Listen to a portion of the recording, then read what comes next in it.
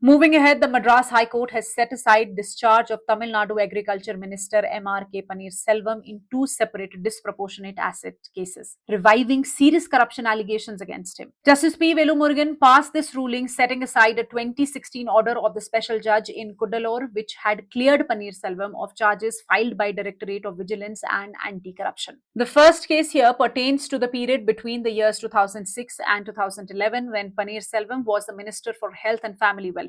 The prosecution alleged that he and his family amassed wealth that was far exceeding to his known sources of income. The High Court observed that there was enough prima facie material to proceed with the trial. It also found that the trial judge had gone beyond the limited scope of Section 239 of CRPC, which governs discharge proceedings. According to the High Court, the prosecution must be given the opportunity to present its evidence, and the judge had improperly assessed the defense case at a premature stage. The court also found that the findings of the trial judge were perverse and not in line with the legal framework. It emphasized that claims made by the accused regarding family background, sources of income, and allegations of bias were defenses that should be raised during the trial and not at the stage of discharge. In response to the argument that prosecution's case would force the accused to become witness against themselves, the High Court firmly rejected this claim. It held that there was no such compulsion in law and that the accused had the opportunity to explain their income sources